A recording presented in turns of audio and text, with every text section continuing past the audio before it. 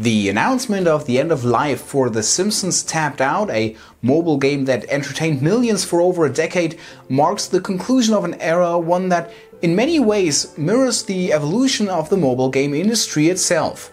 My name is Chris, and this is Gamers Delight.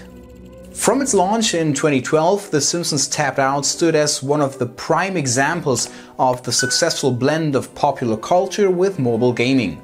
A city-building game rooted in the satirical world of Springfield, it allowed players to reconstruct the town after a catastrophic nuclear meltdown, a plotline quintessentially Simpson-esque in its humor and chaos.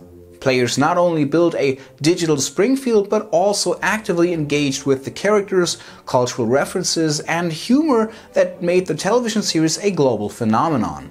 Yet, beyond its engaging mechanics and thematic charm, Tapped Out exemplified the early wave of successful premium mobile games. Its revenue model, combining free-to-play mechanics with microtransactions, allowed it to thrive for over a decade. This longevity is no small feat in the fast-moving world of mobile gaming, where competition is fierce and player attention often fleeting. However, it is this very model that leads to the inevitable moment when a game's financial viability begins to wane and the decision is made to pull the plug. From a business standpoint, the rationale behind EA's decision to retire Tapped Out is clear.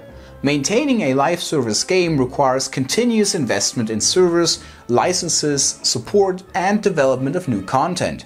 After a certain point, the cost of sustaining these services outweighs the revenue generated by an aging player base, many of whom have already made their significant in-game purchases and whose enthusiasm may have diminished over time.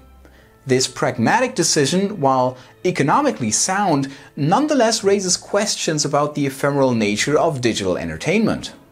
For many fans, Tapped Out was more than just a game. It was a daily ritual, a source of comfort, and in some cases, a creative outlet. Over the years, players meticulously designed their ideal versions of Springfield, drawing inspiration from both the show's rich history and their own imaginations. The sense of ownership and attachment to these personalized creations is what makes the shutdown particularly melancholic for many.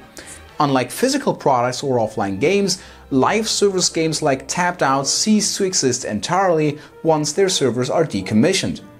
The digital worlds that players have spent years building disappear, leaving only memories in their wake. This phenomenon is not unique to Tapped Out, but it underscores a broader issue within the video game industry: the impermanence of live service models.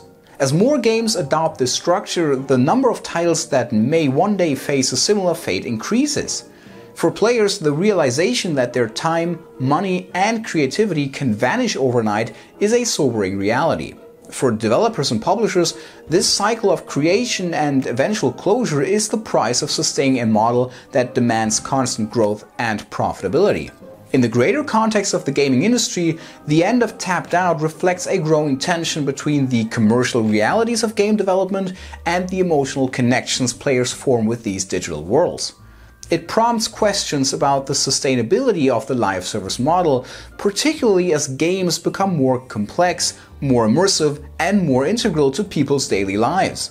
Live service models have increasingly infiltrated the worlds of console and PC games as well, with major titles like Fortnite, Sea of Thieves, and Apex Legends adopting similar frameworks. While these games have successfully generated substantial revenues and maintained large player bases, they too are subject to the same risks that ultimately befell Tapped Out. The sustainability of live service games hinges on a continuous influx of players and consistent engagement, along with the relentless development of fresh content to keep players invested. As technology evolves, there may be hope that solutions such as offline versions or archival methods could help preserve these experiences for future generations.